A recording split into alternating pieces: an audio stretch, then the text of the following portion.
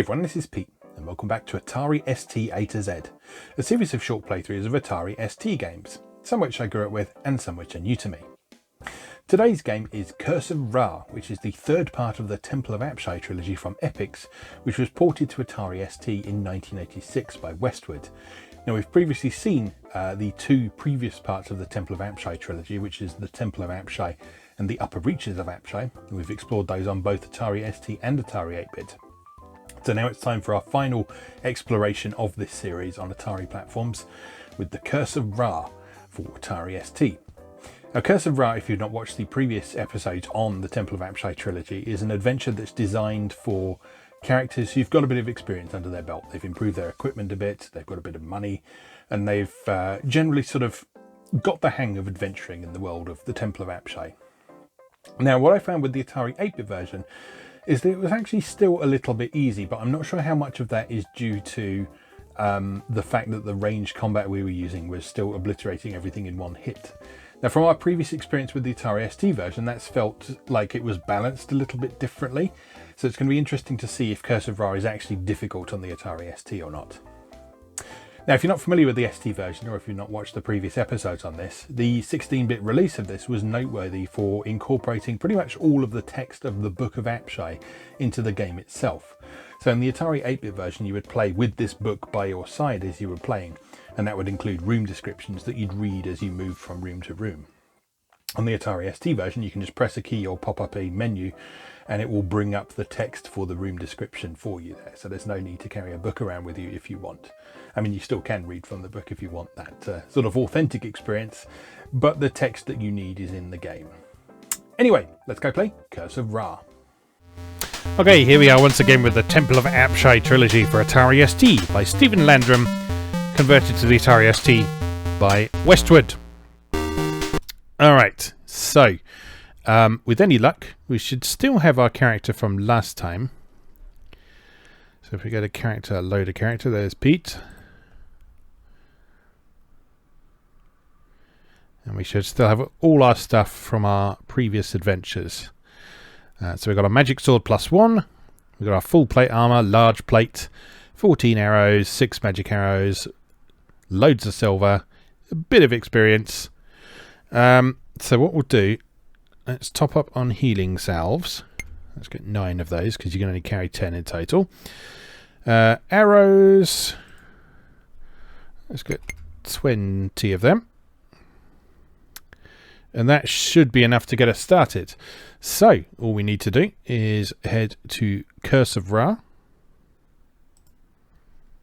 level 1, and off we go.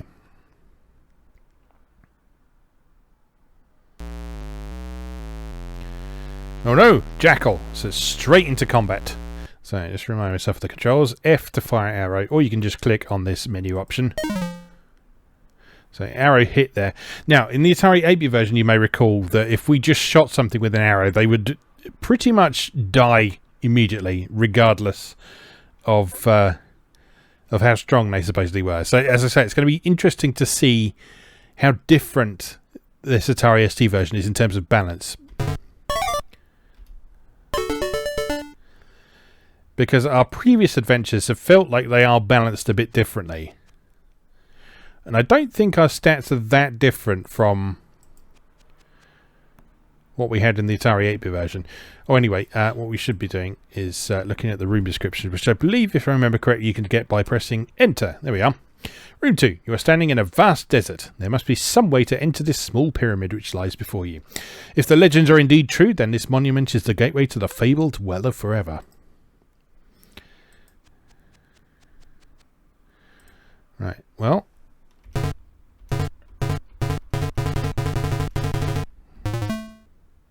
There's a trap there, but no secret door.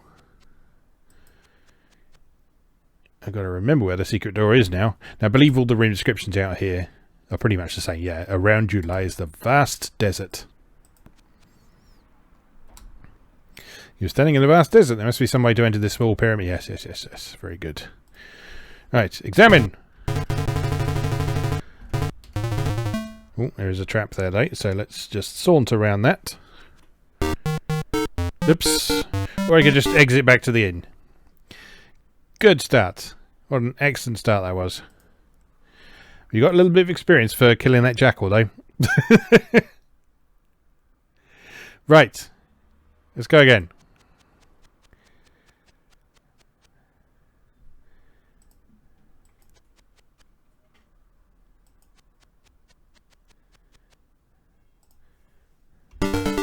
There it is. In fact, right in front of where I'm standing. In we go then. You found the entrance. In a corner there is a chest. A small tunnel leads onward and downward into the darkness. Well then, I think the first thing we should probably do is search for traps, because there is a trap on that chest and... do we want to risk it? I say we want to risk it. It might be good treasure. It's 19 arrows. It is pretty good treasure. You see, as long as you don't step on the trap, you don't set it off. These dimly lit tunnels slope steeply down, making it hard to resist moving on downward. Uh-oh. It's a scorpion trap. Death to the scorpion. Oh no, jackal. Fire! Alright, we're doing alright so far. These dimly lit tunnels, yep, same.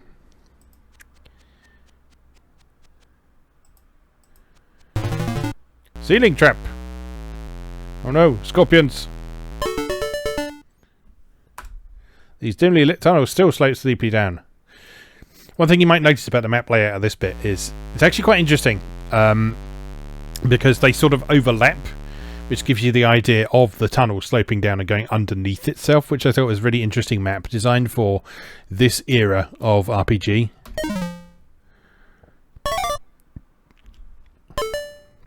Because a lot of your typical tile-based maps from this era would be done in 2D, whereas this actually sort of takes the third dimension into account a bit. These tunnels are steeper yet, slipping and sliding down the passages. Although better lit, they appear unused for at least a century.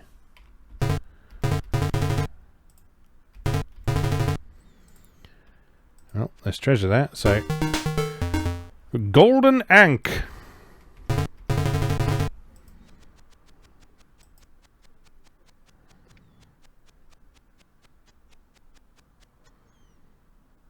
That's the advantage of the game unfolding by room rather than just being one big scrolling map. It allows it the freedom to do those interesting things with map layout. You fall out of the passage a good 20 feet down onto a solid stone floor. As you recover your senses, you see the glyph stone. Trapped, obviously.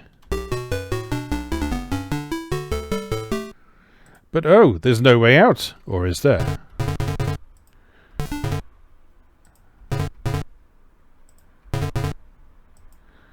There's a way out over here.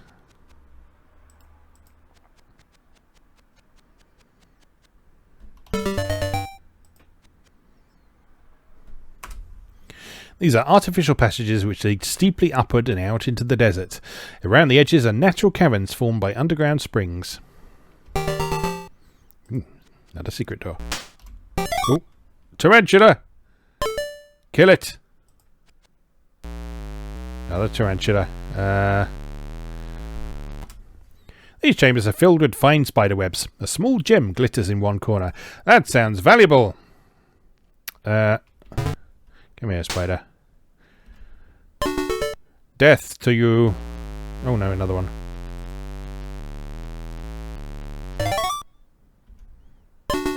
Ow. Tiny diamond. Any more? Yep. Obviously there's more.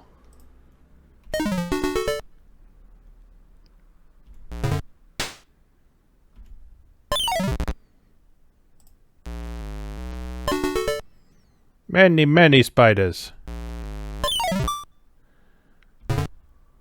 No one's here.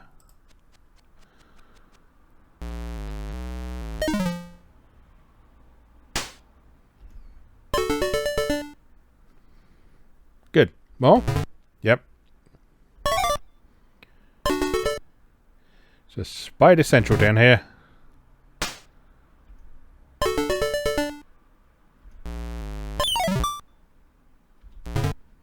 I better be getting some good experience with this.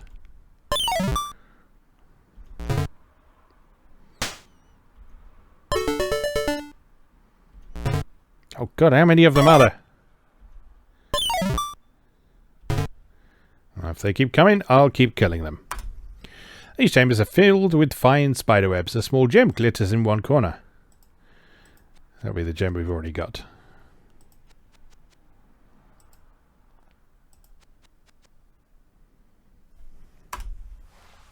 These are artificial passages which lead steeply upward and out into the desert. Around the edges are natural caverns formed by underground springs.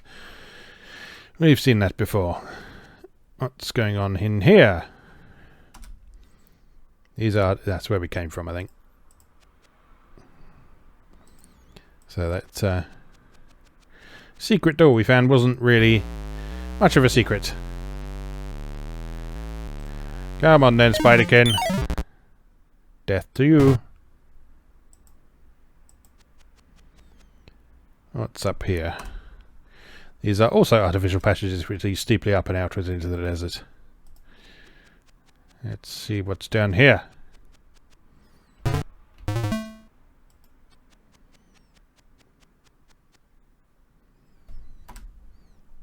Still artificial passages.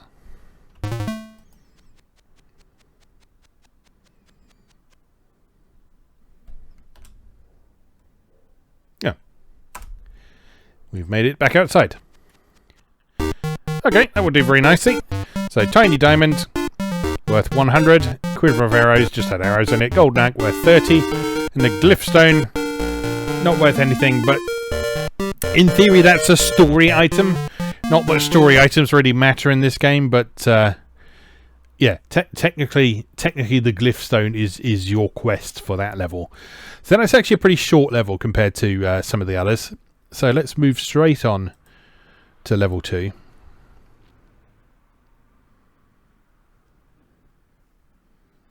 Which, if I remember correctly from our exploration of the Atari 8-bit version, is a Sphinx. You're in the desert directly in front of the Sphinx. To the east you can see its entrance. Visible to the north and south are its front feet. So yeah, there's the front feet of the Sphinx. There's the entrance to the Sphinx. Oh no, wild camel. You are still out in the desert, but not much nearer the Sphinx. The front feet now tower above you on either side.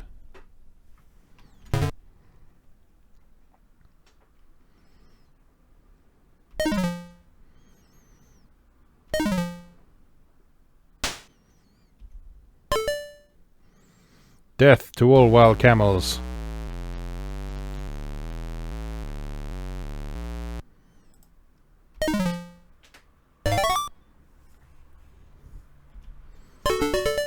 Alright, my cat is busy exploring the dining room table. She's okay though. She's very interested in the Nando's bag. And why wouldn't you be? Delicious chicken.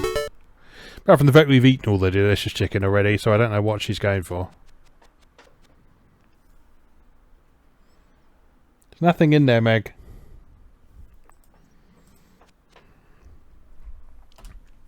Just in time, right after you entered the room, a sandstorm started outside and covered the entrance. Looks like you'll have to find another way out. This large room has sand everywhere and no other objects at all. Is that right? Apart from this secret door.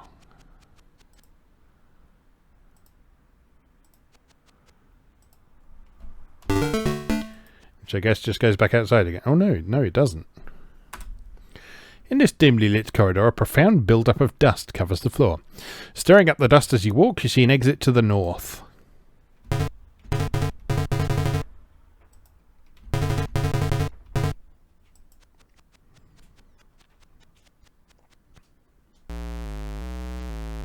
Jackal. You are now quite sure that you've wandered into one of the front feet of the Sphinx. The doorway has been cut into the stone to the west.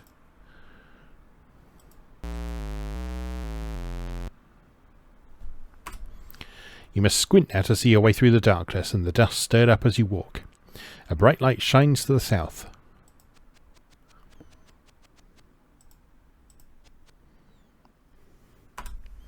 Quite a shock to your dark adjusted eyes. This room is very well lit, as if someone were waiting for you.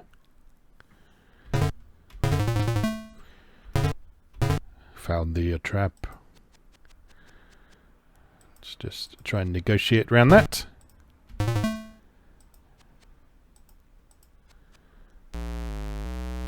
Oh no, Lynx! It's suddenly dark again. Is that something furry rubbing your leg?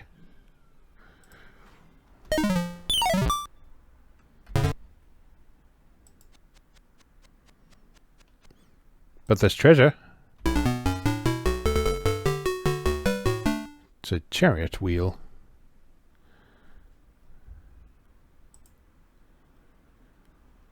Doesn't say what that's worth.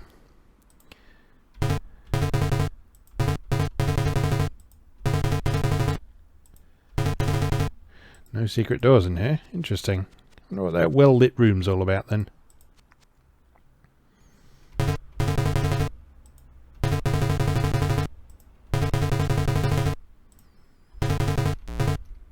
Oops.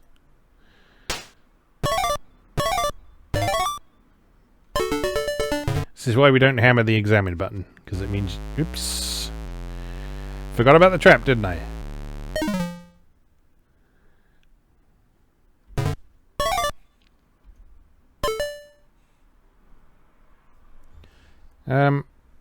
Let's drink one of our salves. And maybe another one. There we go. Thou art more well.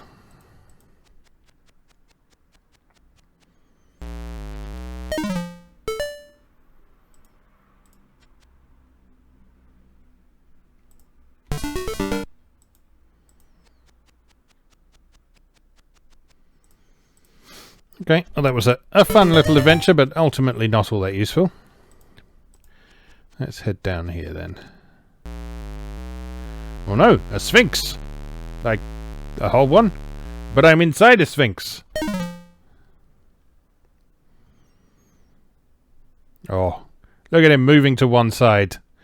It's like he knows how to deal with ranged combat.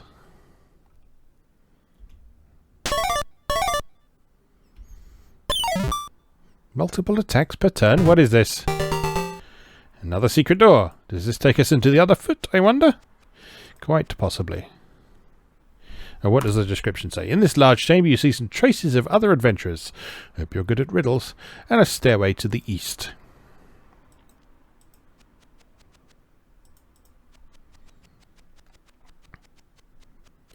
Oh, I get it. So the Sphinx was supposed to be asking us some riddles. Maybe we should have attempted to converse with it rather than killing it. You know, killing it gets you more experience, so... Why wouldn't I kill it? More spiders!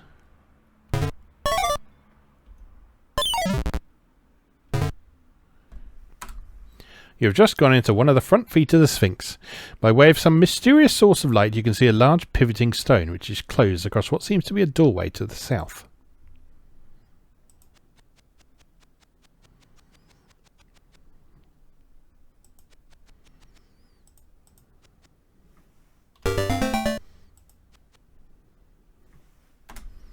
This dusty corridor evidently has not been travelled recently by anyone. It continues to the east.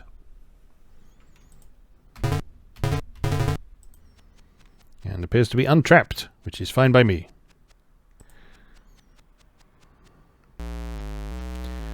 Spiders!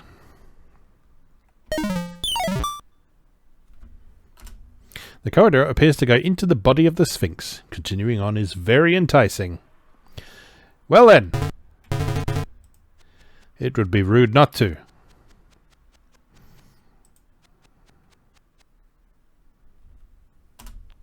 Seeing a large stone pivoted to reveal the rest of the corridor is a welcome sight. This corridor, you are sure, leads into the body of the Sphinx.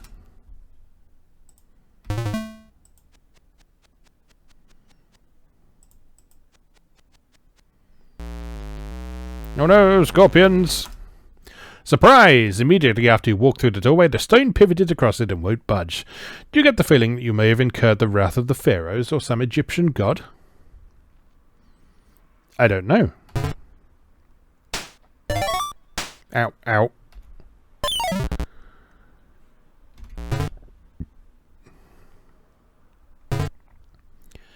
I know that I'm going to shoot some scorpions.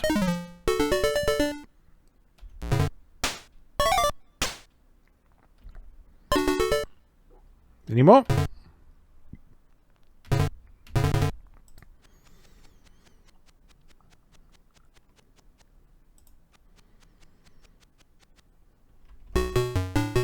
Two gold coins. Theoretically worth quite a few silver coins. You never know. This passageway opens into one of the Sphinx's back feet.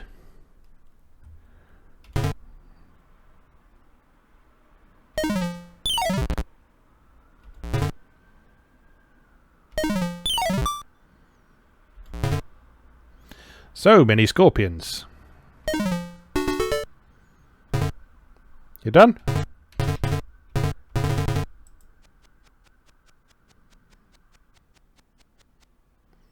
Excuse the police cars and or ambulances outside if you can hear those. Got the window open just to let a bit of air in. This passageway opens into one of the Sphinx's back feet. Yes, we know, you said that already.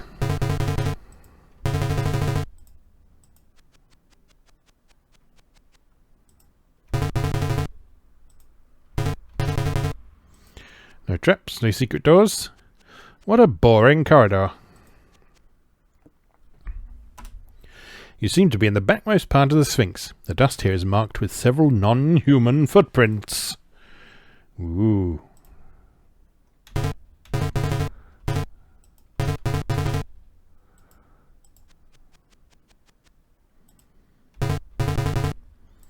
The footprints of things that might want to kill us, perchance?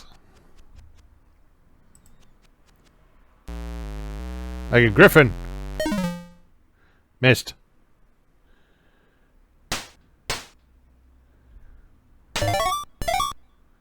Ow. Ow.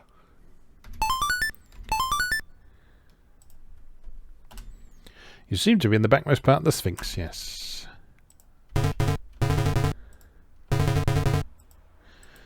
What it means is we are in the arse of the Sphinx. And his bumhole would be round about down there somewhere.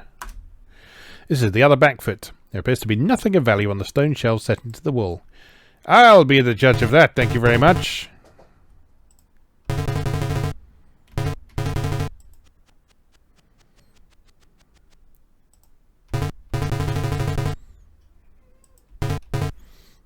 Hello, Meg. Meg is talking to her bed now. She likes to talk to her bed before she settles down in it. Right, well, doesn't appear to be much else going on in here apart from spiders. Always with the spiders.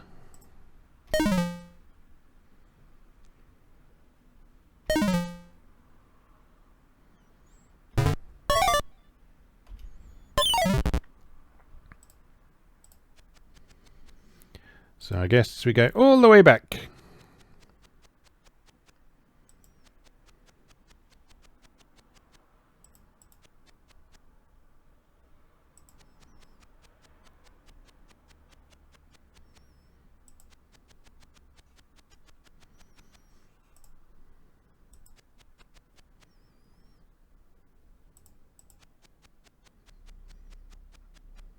So you may remember the route all the way back.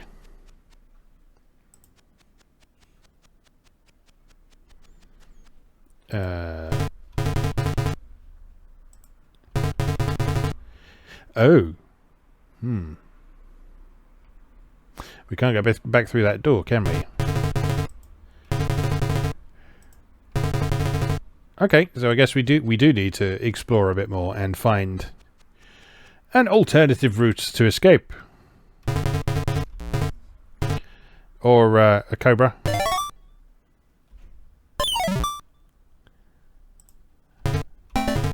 Oh, there's the way out. That was easier than I expected. Let me out. Thou art too far away. Lies, I tell you. It's right there. Cry, Sphinx.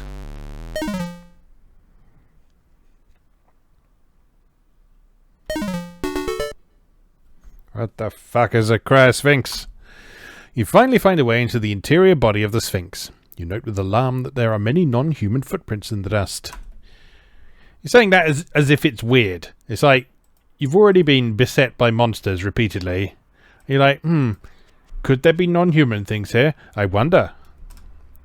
In yet another corridor, you see a large room to the east. To the west, you see another corridor whose walls are decorated with some type of hieroglyphics. Possibly a warning.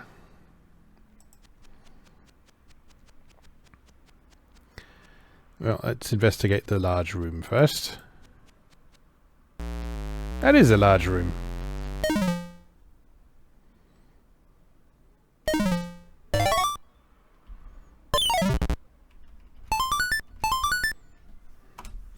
A dusty platform dominates the centre and back of this room. On the platform you spy some small shiny objects glittering strangely. Well, that sounds like something I should pick up and add to my inventory.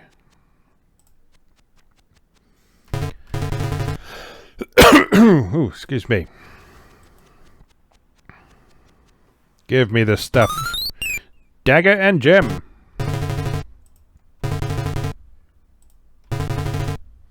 Now, the one thing that is missing from this Atari ST version, compared to the Atari 8-bit version, is the item descriptions.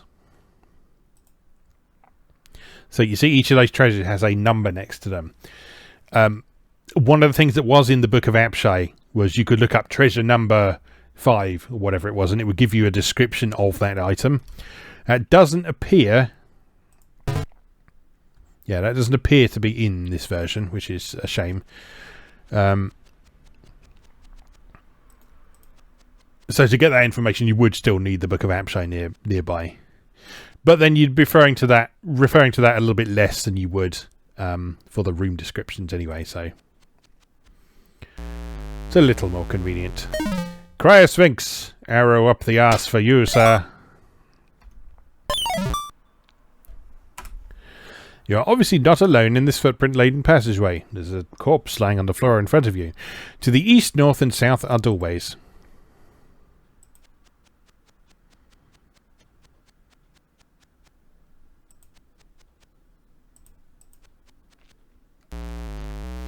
Griffin!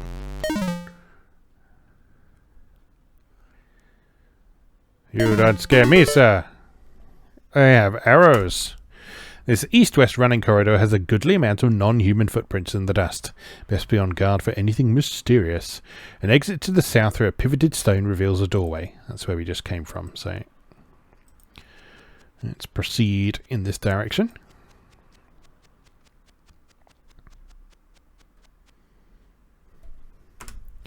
This east-west running corridor, yeah, same. That's the same description as before.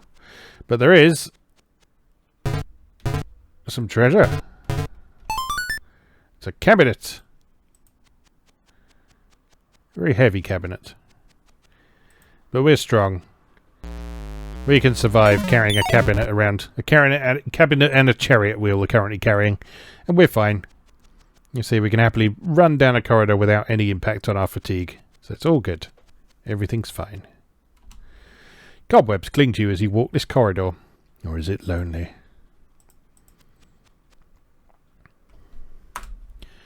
You finally find a way... Oh, we've been there. Yep. Okay, well, let's go back this way.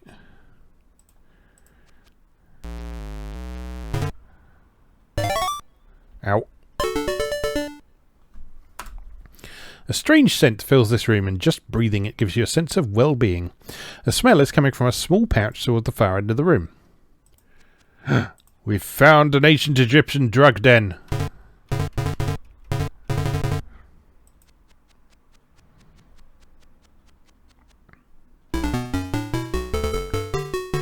Herbs. Oh, those herbs count as elixirs. That's nice. So you can use those to heal. Right, now, question is, where do we go from here? Because although we found a way into the body of the Sphinx, that's back into the trapped passageway.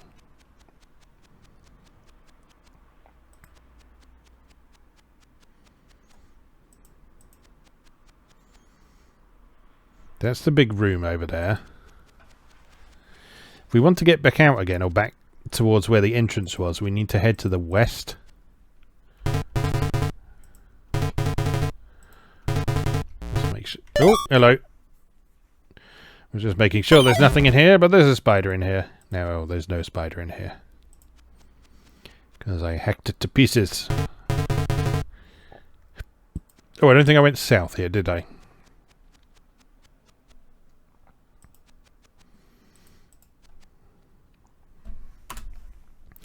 Nothing of significance lies in this passageway. To the east, another pivoted stone shows the doorway into a chamber.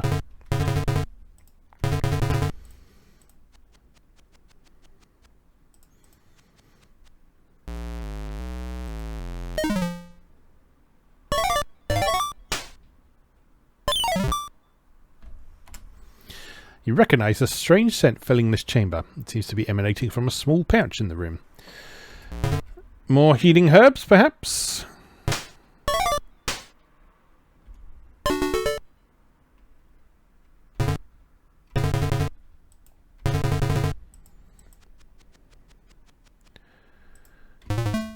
Ooh, trapped.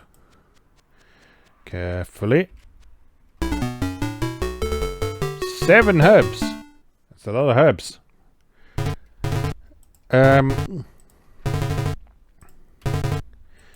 But no closer to finding a way out. Okay. It's fine. Everything's going to be fine. Nothing to worry about. Nothing to concern yourself with. We're just trapped inside an ancient Egyptian Sphinx. But everything's probably going to be fine.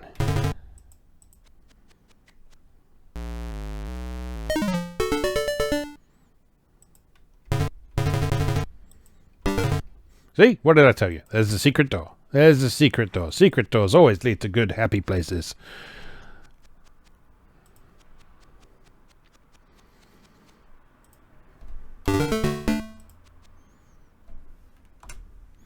Outside of the Sphinx, you've come upon an oasis. Lucky for you, you are very thirsty and need the water. Oh, so we actually found a way out.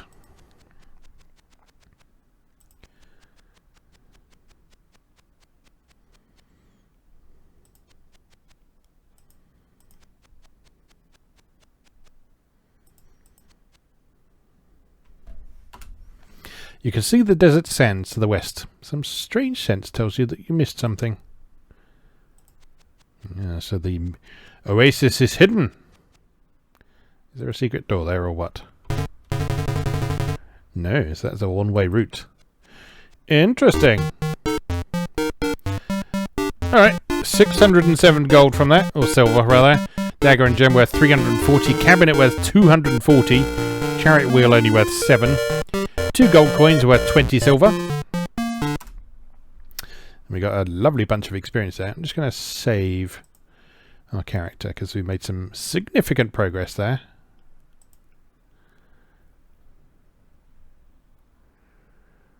Now, shall we take a look at level 3? I think we should probably take a look at level 3. Level 3.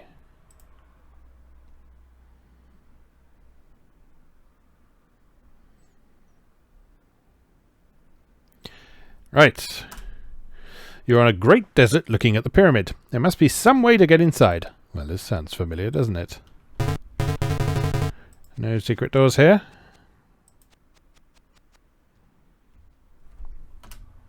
Surrounding the pyramid, much the same as room 1.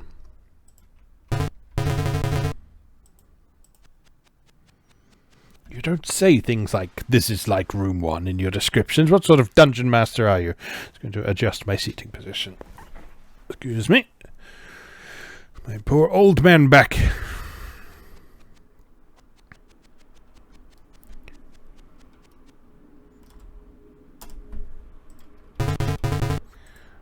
nothing there. It's a much bigger pyramid than the one in level 1, certainly. Oh god, it's massive.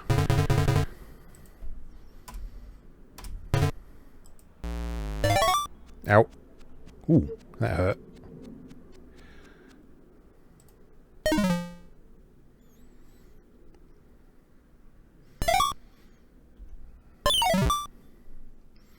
Suddenly the monsters are quite a bit tougher.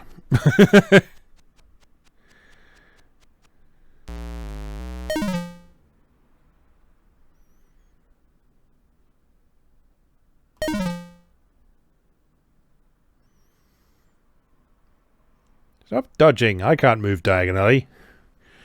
So why should you be able to?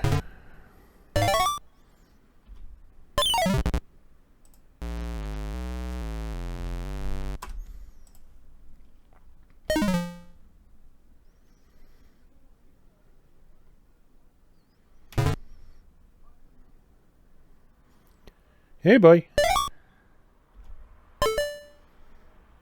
Can't believe I've lost nearly half my health already. Let's have an elixir. There we go.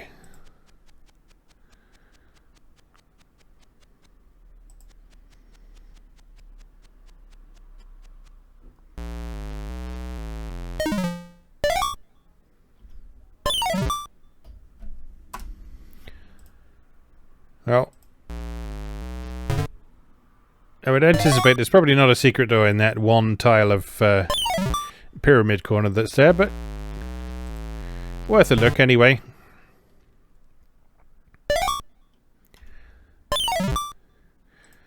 Oh, Jackal's here.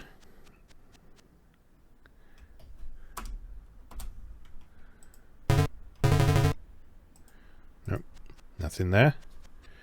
Where's the entrance?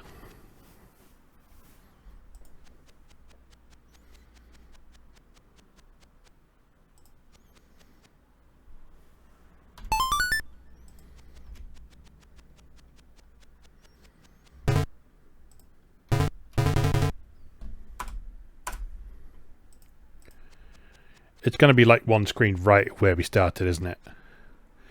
You just know it.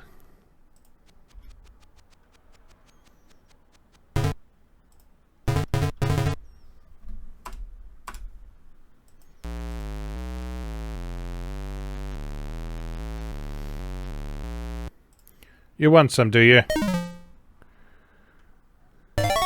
You want some? Chop.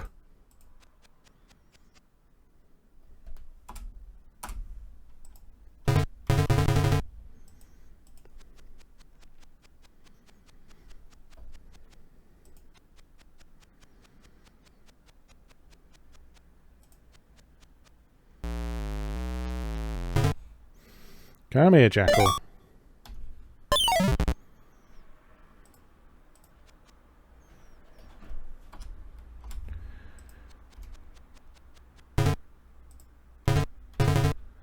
Nope, nothing there.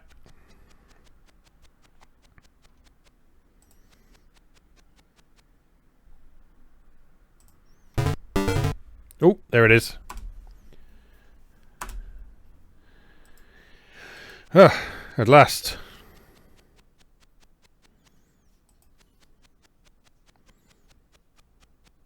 Let's just glug a salve before we go in.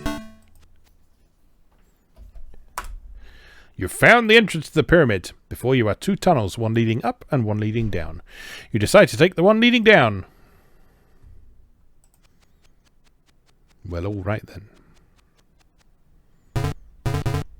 So what could possibly go wrong underground?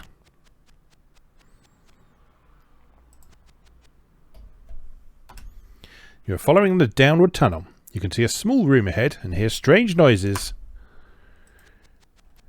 I'm sure it's fine.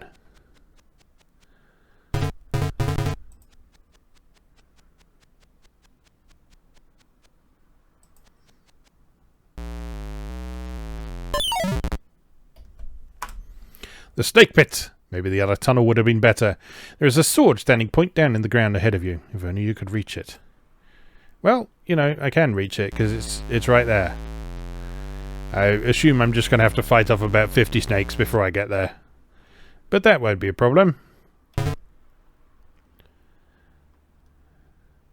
Probably. Next. Any more? Yep. Plenty more where that came from.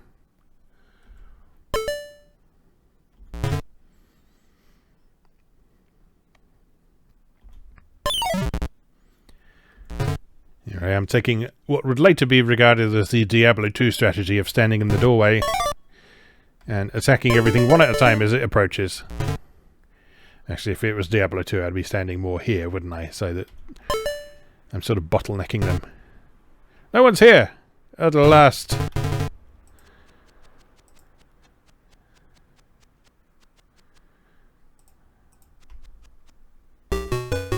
Magic sword, use it! Hell yes.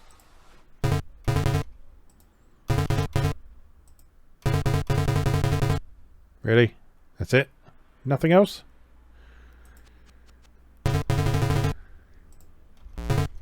Oop.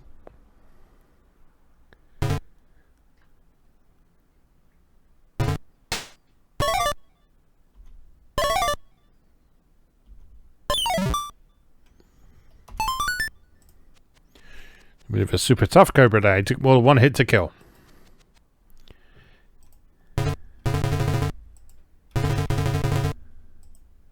It's got to be something else.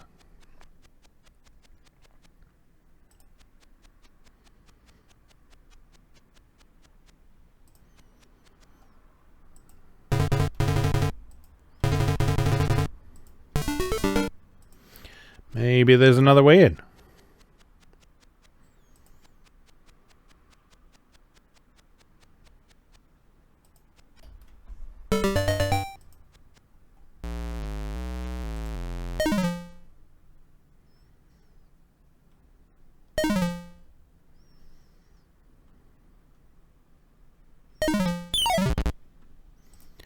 Nicely done.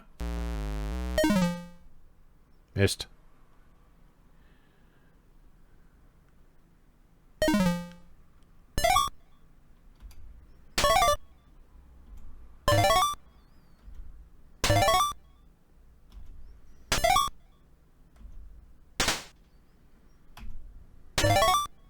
I feel like my magic source is actually my magic sword is actually worse than it used to be. That's unfortunate.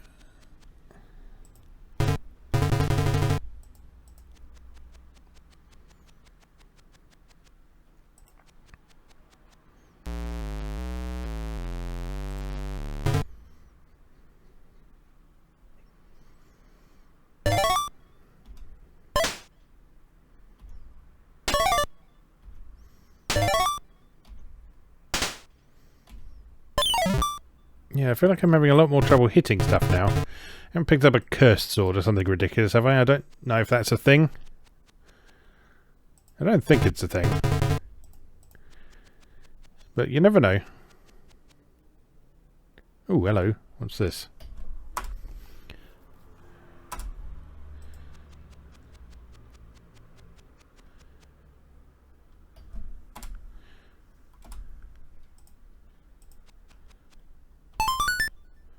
Bunch of arrows. This is your small tent with your supplies inside. Bunch of elixirs.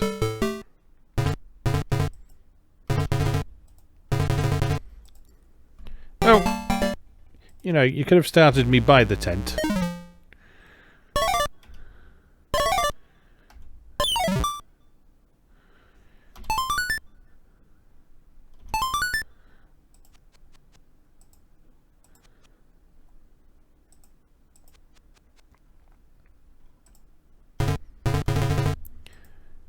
No more entrances.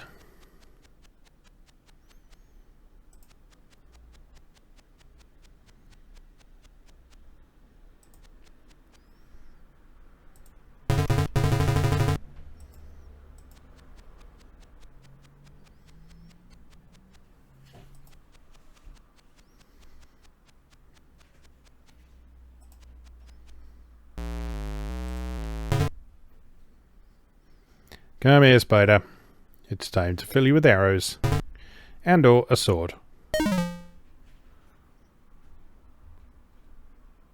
Spider want another arrow.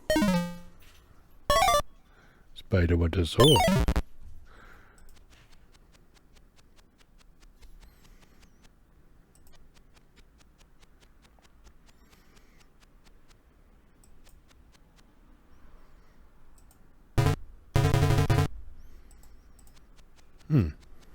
There must be something more to this level.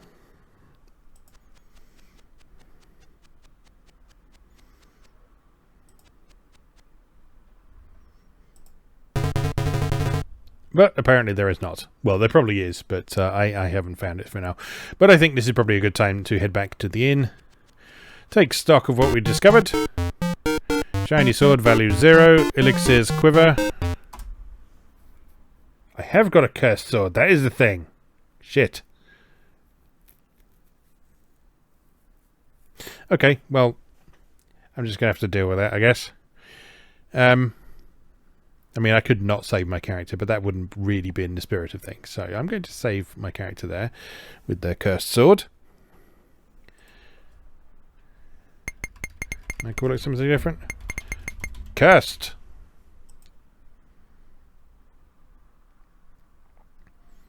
Okay, so you can save it separately. So if I want to go back a bit and deal with the not pick up the cursed sword, then there we go. Anyway, that is Curse of Ra, the third part of the Temple of Apshai Trilogy for Atari ST. Still fun. Still fun. I like this game a lot. And I like this a lot more than when I was a kid because I actually understand what it's going for now. It's not trying to tell a great story or anything like that. It's not trying to give you an end goal. It's just trying to give you that dungeon crawling experience, that enjoyable feeling of exploring and finding treasures and fighting monsters and gradually getting more powerful and that sort of thing. So it's a very pure example of what sort of dungeon crawling role-playing games are all about. Yeah, I mean, eventually you will reach the limits of what it offers in terms of the levels to explore and the monsters to fight and that sort of thing. But as you can see, stuff like this cursed sword throws up some interesting situations that you're going to have to deal with. So now I have that cursed sword instead of a +1 magic sword. I'm going to have to figure out how I can fix that. So presumably I'm going to have to go and find a magic sword that works better. Now, I do know where one of those is. There's one on the first level of the Temple of Apshai, but yeah, there's probably some better ones somewhere as well. So investigating all that sort of thing is a big part of the appeal and ending up with the ultimate character, I guess. But anyway, let's leave that there for today. As always, thank you very much for watching, and I'll see you again next time.